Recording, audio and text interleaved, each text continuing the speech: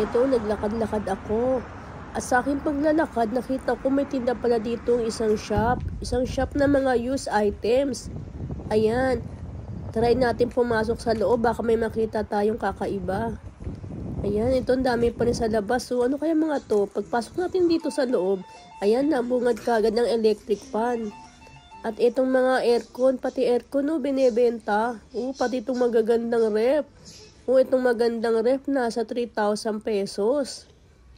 Ayan, medyo mura-mura lang din. At itong mga washing machine, nasa 1,500 pesos.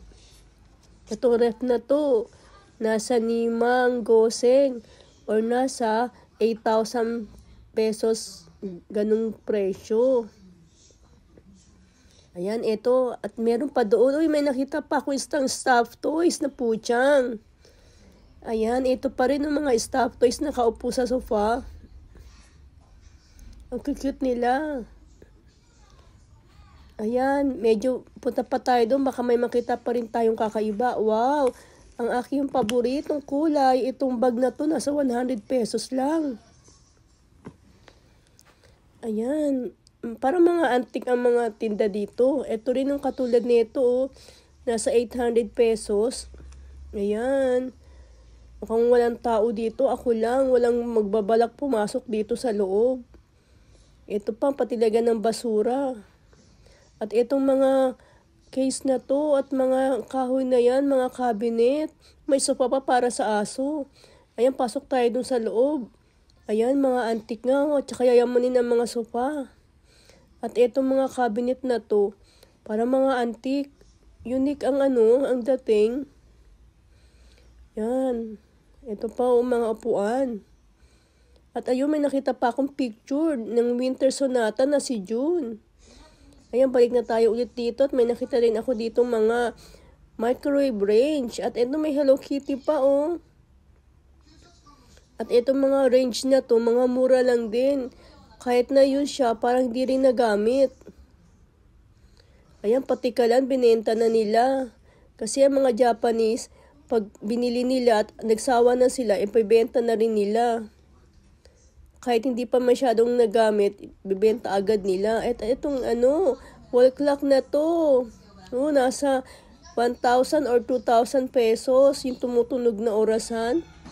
At itong mga TV na to, ang lalaki, Mga hindi pa rin naggamit masyado. Mga mura rin ang benta nila. At ito naman tayo sa mga kitchen utensils or kitchenwares. Ayan. Mga plato, mga mangkok. Mga gamit din nila. Ayan. At ito may nakita pa akong violet or purple na platito. Ayan. Halos bago pa rin lahat na yan. At ito, may napansin din ako dito. Itong mga bisikleta na to.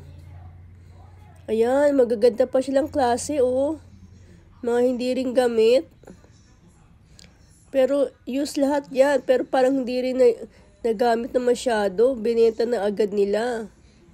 At itong bike na to, mukhang type ko, Ang sarap bilhin kung marunong lang ako magbike. Tingnan natin ang price kung magkano. Nasa 3,400 pesos ang isang bike na yan. Bago-bago pa nga mukhang malaki tong shop na to. Kaya ang dami nating makikita dito. Ayan, nakita nyo po ba yan? Yan, ang dami niya, Pero walang mga customer. Walang mga bumibili. Ako lang.